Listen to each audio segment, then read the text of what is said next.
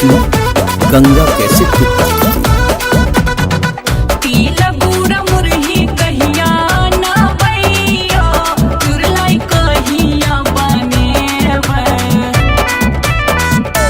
हे यो पीला बूढ़ा मुरही कहिया ना भैया मुरलाई कहिया बनेबै।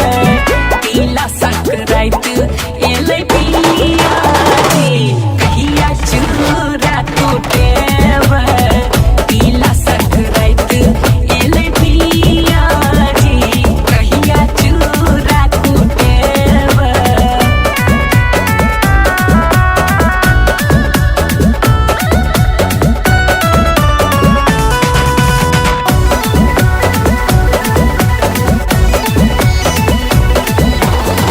भोरे भोरे सब गोटे सुती हम उठाबै।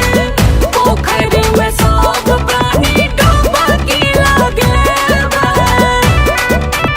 सुनै छियै भोरे भोरे सब गोटे सुती हम उठाबै। पोखर में सब प्राणी डुबकी लगेबै। घूरत ओरियान लहरातिए में करबै। भोरे भोरे नहीं ठिठुरबै। पीला संक्रांत एलै पिया कहिया चूरा कुटेबै। पीला संक्रांत एलै पिया कहिया चूरा कुटेबै।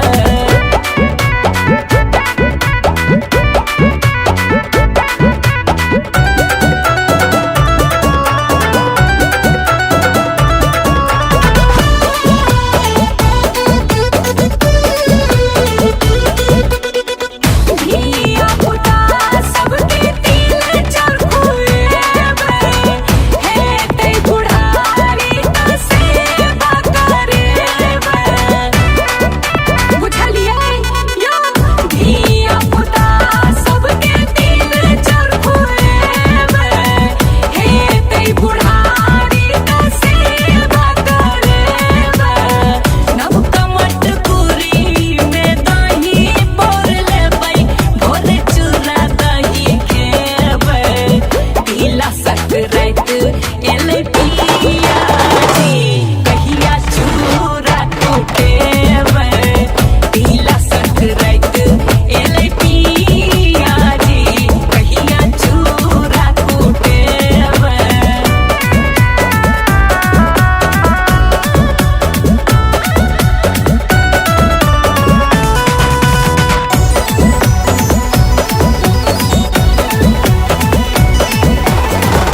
एक कानो थारी के नोत हम खुएबै। खिचड़ी तरुआ पापड़ बनेबै।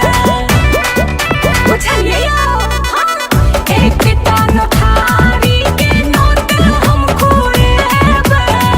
खिचड़ी तरुआ पापड़ बनेबै। दही अचार संगे घी केबै। अन्नदान सेहो करबै। पीला संक्रांत एलै पिया कहिया चूड़ा कुटेबै। पीला संक्रांत एलै पिया कहिया चूड़ा कुटेबै।